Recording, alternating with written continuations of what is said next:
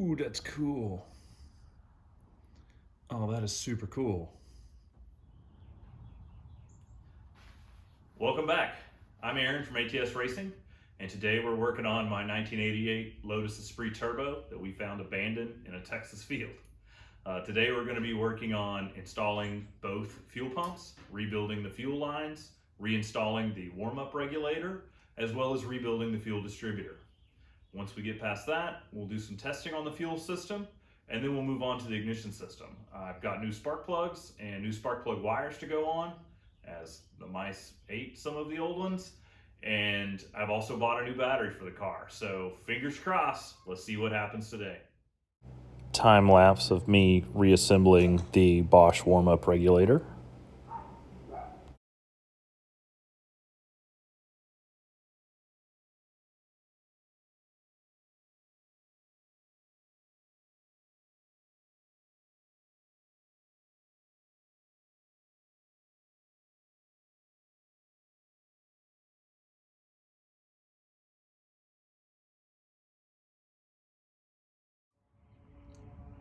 Well, I realized that I need to remake this line.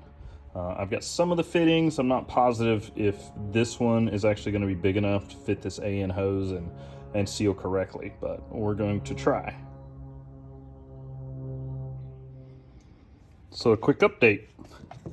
It turns out that a 9mm Chinese banjo fitting from Amazon is actually a really good fit for Summit Racing -6 AN hose.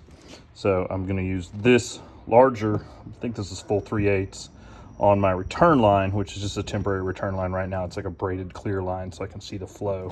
And we took this one off the return line that I made up last weekend, and we're going to use it on our feed line. Well, it's about 5 hours later, and I'm trying to act not completely defeated.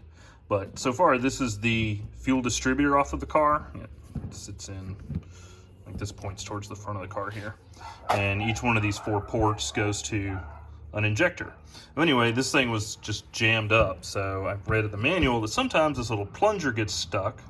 And so you have to pull that, actually you don't pull it, you lubricate it and then apply pressure to this port right here, and it should pop up. And that's what we're at now. Before that was completely stuck. So I'm debating right now whether I should put it back in the car and try to see if I have fuel at the injectors, or if I should continue tearing into it and see if there's more gunk inside it.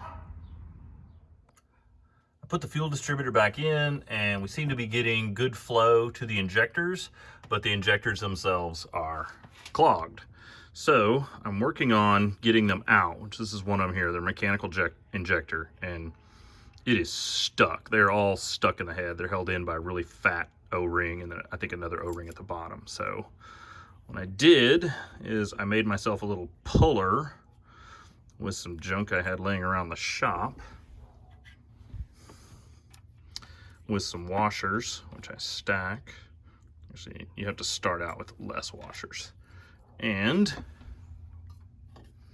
a Toyota lug nut. And basically, you thread it on the injector until it pulls the injector out. Now the hope is the injector doesn't just spin in the boss and will actually pop out. So you have to do a couple of passes at this, which I can't do holding the phone. So I'll be right back. All right, I added one more washer to my stack. Just run this till it's hand tight.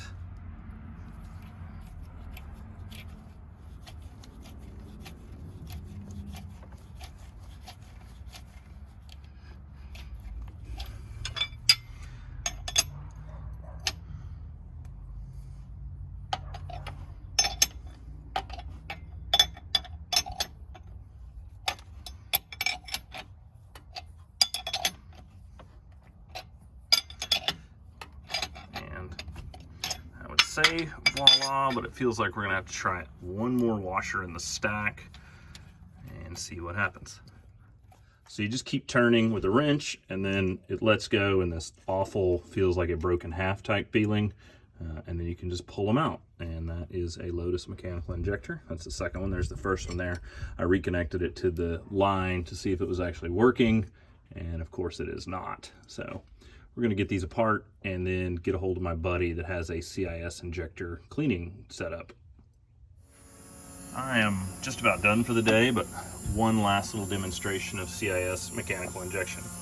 If you move the airflow meter with your hand, because we don't have any airflow, you can see fuel squirts out of the injector nozzles. Actually, that's not the injector nozzles, that's the injector lines. But that's good news, because it means that our fuel distributor is in fact distributing fuel to each of the injector lines.